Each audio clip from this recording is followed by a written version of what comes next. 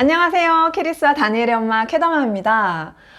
제가 항상 아이의 주도성이 중요하다 이 얘기를 진짜 많이 했고, 그래서 기다려줘야 된다.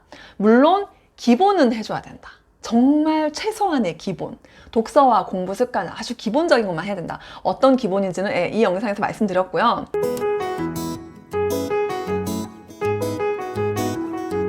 그리고 제가 말씀드린 이 기본도요, 아이마다 달라요. 할 수 있는 양이. 캐리스 같은 경우는 하루에 영어 3시간을 기본으로 할 수 있는 애였어요. 그래서 그렇게 했고, 그리고 우리 다니엘 같은 경우는 2시간을 채우기가 힘들었어요. 그래서 지금도 2시간 못 채워요. 그러니까 아이의 역량에 맞게 할 수 있는 만큼 기본은 하되, 이게 중요한 게 아니라는 거죠. 아이가 정말 마음 먹고 공부를 내가 열심히 해서 잘하고 싶어. 공부든 아니면은 어떤 기술이든 아이가 뭔가를 이제 마음을 먹어서 하고자 할 때 밀어줘야 되거든요. 그러니까 그때까지는 여러 가지로 다양하게 경험할 수 있게, 또 이렇다고 해서 막 온갖 사교육을 다 시켜야 되냐, 은미체 막 다 시켜야 되냐 이런 얘기는 아니고요. 아이가 관심 있어 하는 거, 그리고 또는 엄마가 그냥 이거 한번 해볼래? 했는데 아이가 하고 싶어 라고 하는 거, 그런 거 또 너무 많이는 하지 말고요. 하루에 한두 개까지만, 한두 개 정도. 그렇게 하면서 제일 중요한 건 책 읽기. 제가 늘 강조하지만. 그렇게 이제 아이를 하면서 기다려줘야 된다. 근데 이제 기다려주는 거에 대해서 엄마들이, 우리나라 엄마들 특히 정말 그거 못하잖아요. 네, 저도 사실 오르락 내리락 합니다. 근데 정말 기다려줘야 된다. 이게 이제 예를 들어 최근에 본 책 공부머리의 발견, 이 책에서도 보면은 이분이 이제 아이가 4살 6살인데 증평인가? 증평 김미경님 고향 아니에요? 저는 김미경님을 좋아하니까. 아무튼 시골에 산다고 하더라고요. 그러니까 아이들이 자연을 마음껏 누릴 수 있게, 그리고 사자소학 이런 거 공부시키고 한자 공부하고 이런 얘기를 하시더라고요. 야, 정말 저는 그거 진짜 멀리 보고 아이의 전 인생을 생각했을 때 유치원 때는 그러한 교육을 하는 게 맞다라고 생각을 하셔서 실제로 실천을 하시는데, 전 진짜 정말 박수. 그러니까 이분도 말씀하시는 게, 아이가 정말 공부를 하고자 하는 때를 기다린다고, 그때 하면 된다 라고 하시더라고요. 미리 할 필요가 없다. 그리고 미리 하지 않아서 영어 유치원 안 보내줘, 초등학교 때 각종 학원 안 보내줘, 그거 다 그 모은 금액, 그 사교육비 다 모아서 나중에 정말 아이가 필요할 때 쓰면 되거든요. 정말 저는 현명하다고 생각을 해요. 그리고 이 문단열 선생님 보니까 그냥 기다렸대요. 아이가 공부를 하고자 하는 마음이 들 때까지 정말 기다렸는데, 그게 언제였냐면 무려 고등학교 2학년 때. 그때에서야 아이가 비로소 내가 영어 공부를 좀 하고 싶다, 가르쳐 달라. 근데 이제 문단열 선생님은 자타공인, 아주 영어로는 정말 완벽한 분이시잖아요. 그러니까 그런 분이 아빠인데 아이가 영어를 못하는 거에 대해서도 개의치 않았다 하더라고요. 그게 그냥 타고나게 자신이 막 이렇게 엄청난 내공이 있어서 그런 게 아니라, 첫째 아이가 좀 이렇게 삐딱선도 타고 5살 때 아이를 이렇게 영어 읽기를 막 시켰더니 아이가 막 부들부들 떨면서 이제 막 이렇게 트라우마가 생길 정도로 되는 이런 것들을 보고서 이제 이건 아니구나 하고 깨달아서 그렇게 실천을 했다 하더라고요. 근데 우리 어머니들 보면은 이런 거 있잖아요. 막 사교육을 빡세게 시켜. 예를 들어 스카이캐슬처럼 그런 식으로 했는데 애가 상태가 안 좋은 걸 보잖아요. 그러면은 정신을 차리고 멈춰야 돼요. 그 문단열 선생님처럼. 그렇잖아요. 그리고 기다려줘야 되는데 그걸 정말 대부분 못 하시잖아요. 그쵸? 그래서 그냥 꾸역꾸역 가는 거야. 그렇다 보니 막 중학교 2학년, 3학년 이제 진짜 공부를 좀 해야 될 때 애들이 너무 무기력해지는 거예요. 많은 아이들이 그렇다고 하더라고요. 대치동이나 이런 빡세게 많이 시키는 그런 동네 아이들이. 그래서 정말 소위 이런 말 하잖아요. 대치동에 소아정신과 정말 많다. 상담심리 진짜 많이 받는다. 그게 근데 그렇더라도 이제 일반적으로 생각을 하는 거예요. 아휴, 그 문단열 딸이야 워낙 재능이 뛰어나고 하니까 그런 거고, 또는 아까 그 심정섭님 같은 경우는 그분은 입시 전문가니까 애가 좀 이렇게 내비두다가 나중에 빡세게 시켜줄 수 있고 하니까 그렇겠지, 우리 같은 평범한 사람이 어떻게 그렇게 하냐, 이런 이야기를 한다고 하는데, 자, 저는 진짜 평범해요. 그쵸? 예, 맞잖아요. 저는 진짜 평범해요. 예, 저희는 정말 서민 중에 서민입니다. 지방 소도시, 예, 뭐 부산, 대구 이런 것도 아니야. 정말 지방 소도시에 예, 살고 있고요. 그리고 남편 외벌이로 예, 그 뭐지? 일반 회사원이고요. 그렇게 살고 있습니다. 그리고 저희는 양가에서 뭐 이렇게 막 이렇게 재력이 있는 분이 없어요. 예, 저희가 다 도와줘야 될 판입니다. 그런 상황이고. 그리고 저희 아이들은 예, 뭐 많이들 아시겠지만 제가 정말 영혼을 탈탈 털어서 3년을 교육에 올인을 했으나 예, 넘사벽 천재로 둔갑하지 않더라고요. 그런 평범한 아이들이에요. 자, 이렇게 평범한 저도 기다려주고 있습니다, 여러분. 제가 사실 이런 생각 들었어요. 나 어떻게 이렇게 기다려줄 수 있지? 우리 아이들의, 물론 제가 이제 좀 긍정적인 생각이 있다 보니까 우리 아이들이 언젠가 마음 먹으면 될 거다라는 이제 믿음이 있어요. 그럼에도 불구하고 어쨌든 믿고 기다려주는 게 쉬운 일이 아니잖아요. 주변에서도 가만 놔두지 않고. 그리고 제가 약간 소위 살짝 학군지 같은 곳에 살고 있어요. 그래서 사실 그래서 엄마들을 안 만나요. 이것도 큰 꿀팁입니다. 소신을 지켜서 초심을 잃지 않고 아이 교육을 내 철학에 맞게 하려면요. 엄마들을 안 만나는 게 정말 좋은 방법입니다. 그러나 그럼에도 불구하고 이게 쉬운 일이 아닌데 내가 어떻게 애들을 믿고 또 한 면에서 나를 믿고 그리고 애들을 기다려줄 수 있나. 우리 다니엘이 정말 공부를 하고 싶다, 내가 잘하고 싶다라고 할 때까지 기다려줄 수 있나. 이런 생각을 해봤는데 제가 제 동생을 생각해봤어요. 그러니까 제 동생이 지금 제 동생 덕분에 제가 유튜브를 시작을 했는데 동생은 이제 저보다 한참 유튜버 선배죠. 예, 한 7, 8년 됐나? 그랬을 거예요. 그리고 뭐 지금 이제 구독자가 뭐 20만 넘고 저랑 되게 달라요. 너무 다르게 생겨서 깜짝 놀라지 마세요. 자매가 맞습니다. 자매가 맞아요. 예, 어쨌든 근데 중요한 거는 제 동생이 어떻게 이렇게 미국의 의사 월급보다 훨씬 더 벌어요.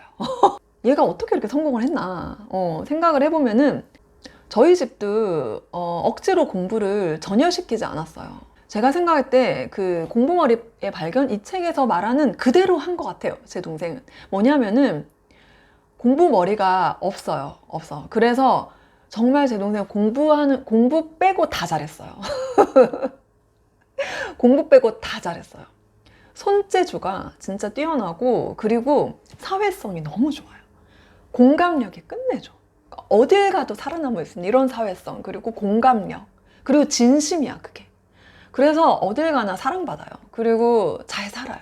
그러니까 미국에 혼자 저러고 결혼해서 애 셋 낳고 잘 살고 있는 거죠. 딱 하나, 공부를 못했을 뿐이에요. 근데 우리 집에서는 전혀 그런 게 없었는데 아무래도 학교에서 알죠. 예전엔 더 심했잖아요. 지금보다.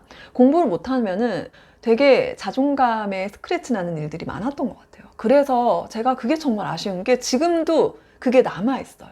그래서 자신감이 좀 없어요.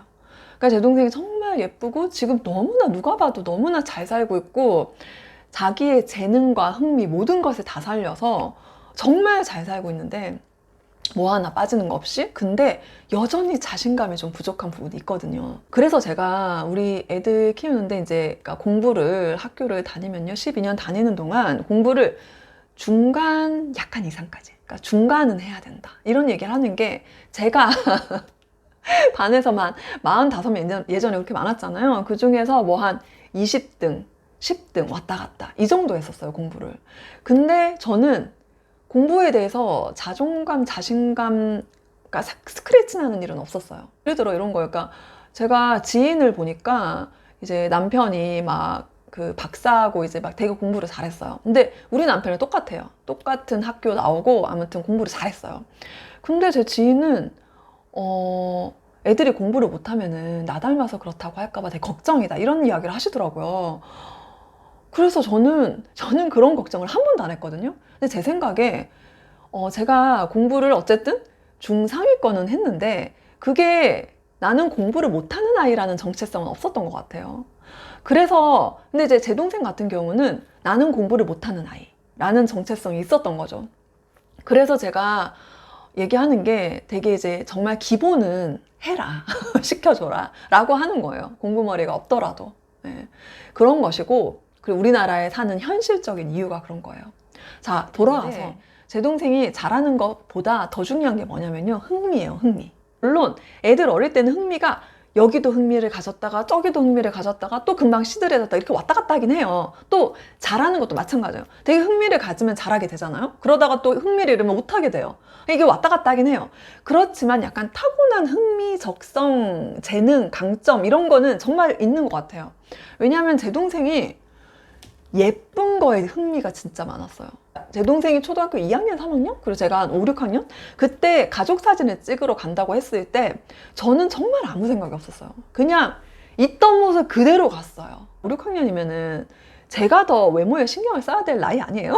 근데 제 동생은 그때 한 2학년, 3학년 이런 나이였는데 걔 뭐 했는지 알아요? 그 당시에 아마 이게 앞머리 뱅이 있잖아요. 이게 유행이었던 것 같아요. 그 고사리 같은 손으로 자기가 드라이를 했어요. 그리고 원피스가 우리 때는 왜 제가 언니니까 제가 맨날 새 옷을 입고 내 동생은 물려 입었단 말이에요. 그러니까 새 옷이 잘 없었어. 근데 제 원피스를 빌려달라고 하더라고요. 원피스? 그걸 왜 입어? 아무 생각이 없어. 그냥 집에서 정말 입고 있던 티 그대로 입고 나갔거든요. 근데 이제 내 동생은 나에게 사정을 해서 또 애교를 부리고 해가지고 저한테 이제 원피스를 이제 입었죠. 그리고 정말 웃긴 게 엄마 이제 그 진주 목걸이 있잖아요. 그거를 이제 탁 차고 이제 그 가족 사진이 없어서 좀 아쉬운데 어쨌든 그래서 그 가족 사진 보면 이래 내 동생이 중심이야. 딱 봐도 이 예쁘게 하는 거에 대해서 타고났어요, 진짜. 그리고 그 손재주가 원래 좋잖아요. 그러니까 머리를 걔는 그냥 어떤 머리를 해도 무슨 핀이든 뭐 고무줄이든 뭐든 간에 걔 손에 들어가서 해주면은 세련되고 예쁘게 딱 되는 거야. 그런, 예, 그리고 뭐 예를 들어 옷 파는데 구두 파는데 가잖아요. 그러면은 이렇게 봐. 그리고 이거 한번 입어볼게 하면은 그 집에서 제일 비싼 거야. 이게 눈이 그런 걸 볼 줄 아는 거죠. 그러니까 왜냐면은 너무 좋아하니까. 그러니까 뭐 걔 중학교, 고등학교 때도 버스비를 아껴서 옷을 사고 신발을 사고 그리고 막 이렇게 막 10cm 넘는 구두 하이힐 같은 거 그런 걸 신고 그래서 발이 기형이야 기형 알죠? 그랬거든요. 근데 저는 걔랑 쇼핑을 딱 한 번 같이 했어요. 왜냐면 내 동생이 완전 학을 뗐어. 다시는 언니랑 쇼핑 안 한다. 왜냐면 저는 쇼핑을 너무 싫어하거든요. 관심이 없어. 예쁜 거에 관심이 없어. 지금은 좀 나아졌어요. 저 유튜브하고 많이 좋아졌어요. 예쁘게 하는 거에 신경 많이 써요. 예, 이런 거 막 드라이하고 막 이렇게 옷 예쁘게 입고 이렇게 바뀌었어. 어쨌든 그래서 제가 하고 싶은 건 뭐라고 하냐면 애가 정말 자기가 좋아하는 거를 좋아하고 그리고 잘하는 거. 이 일을 하고 살아야 행복하고 그리고 성공을 해요. 제 동생이 이제 공부 못했다는 얘기 좀 해서 그런데 문단열 선생님이 공부는 어떤 놈이 아니라 어떤 때가 중요하다 이런 얘기를 하더라고요. 그러니까 머리가 좋아서 어떤 놈, 어떤 머리가 좋은 공부머리 떡잎부터 달아보는 그런 애여야지 공부를 잘하는 게 아니라 어떤 때인지 한마디로 애가 정말 하고 싶을 때 그때 하면 공부를 잘할 수밖에 없다 이런 얘기를 하셨는데 제 동생이 이제 공부에 좀 약간 자신감 없고 너무 자존감에 스크래치 난 그게 있다 보니까 제 동생이 미국에서 어학연수 하고 그때 이제 제가 가르쳐줬던 영어 학습법대로 No Korean 써서 되게 영어를 잘하게 됐거든요. 그리고 나서 대학을 나는 가고 싶다. 공부를 하고 싶다. 이런 얘기를 해가지고 깜짝 놀라면서 어쨌든 이제 들어갔어요. 그리고 정말 놀라웠던 게 걔가 진짜 이제 한이 맺혔고 정말 하고 싶어서 그때가 벌써 20대 중반이었을 거 아니에요. 그때 공부를 인생 처음으로 정말 열심히 해서 막 올 A인가 이렇게 받았어요. 그래서 제가 정말 내 동생을 보고 생각했어. 내 동생이 비록 뭐 초중고 때 공부를 별로 못했어. 그렇지만 지금 이제 40대잖아요. 정말 잘 살거든요. 진짜 잘 살거든요. 제 말은 이런 것 같으니까 100세 시대잖아요. 우리 애들은 뭐 150세, 뭐 130세까지 산대요. 그러면 얘네들이 그 긴 인생을 사는 데 있어서 지금 초등학교 때, 심지어 초등학교 때 누구보다 공부를 잘하고 못하고 또는 지금 대입, 스카이를 가고 못 가고 이거는 진짜 중요한 게 아니라는 거죠. 그래서 아이의 정말 강점을 찾고 그리고 아이의 흥미를 찾아서 그거를 마음껏 할 수 있게 하는 게 진짜 중요한 것 같고요. 그리고 공부는 정말 문다님 선생님 말씀처럼 아이가 진짜 마음 먹었을 때 제대로 시켜주는 게 맞는 것 같아요. 그러니까 그 전까지는 그렇다고 애를 그냥 방치해란 말이 절대 아니에요. 이거 진짜 오해하시면 안 돼요. 기본, 아주 기본. 그러니까 딴 거 몰라. 정말 책 읽기. 글을 읽고 이해할 수 있는 능력, 이거는 문해력이죠. 그리고 독해력, 사고력. 이거는요, 그냥 남은 120세, 130세 사는 내내 필요해요. 필수 능력이에요, 이거는. 네, 제가 오늘 포인트로 말씀드리고 싶은 거. 내 아이가 정말 성공한 인생, 행복한 인생 살기를 원한다면, 첫째, 기다려주자. 둘째, 자존감 지켜주자. 이건 무슨 말이냐면은 그냥 학교 공부는 중상위권을 할 수 있게 좀 도와주자. 그 정도만. 절대 더 하지 말고, 욕심내지 말고. 공부머리 없는데 막 의대 가라고 1, 2등급 해야 된다. 남들 옆집에는 이렇게 하니까 너도 이렇게 해라. 이런 거 하지 말고. 그리고 사교육 쓸데없이 많이 시키지 말고요. 그 돈 아끼기. 그리고 세 번째는 아이의 강점을 정말 살려주고 아이의 흥미를 찾아주고.